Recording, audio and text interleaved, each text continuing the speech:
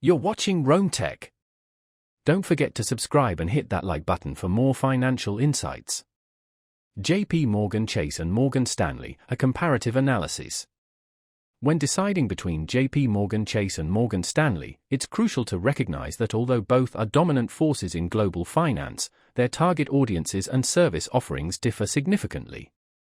JPMorgan Chase operates as a universal bank, catering to a wide range of financial needs, from personal banking, credit cards, and small business loans to comprehensive commercial and investment banking services.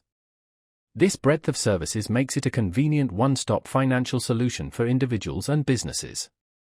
With a vast network of physical branches, ATMs, and robust digital platforms, JPMorgan Chase effectively serves consumers, entrepreneurs, and mid-sized companies seeking easy access to banking services, competitive loan rates, and attractive credit card rewards programs. In contrast, Morgan Stanley primarily focuses on wealth management and investment banking, serving high-net-worth individuals, large corporations, and institutional investors. Its strengths lie in strategic advisory services, asset management, advanced investment strategies, and providing global market insights.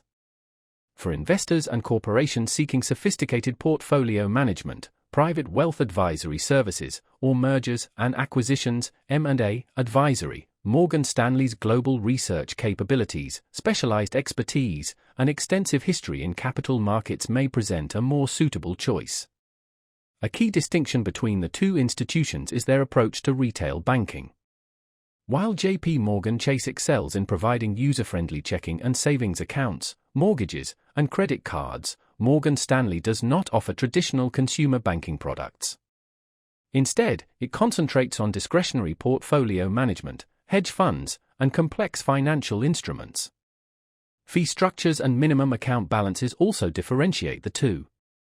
Morgan Stanley generally caters to clients with substantial investable assets, potentially making it less accessible for the average consumer.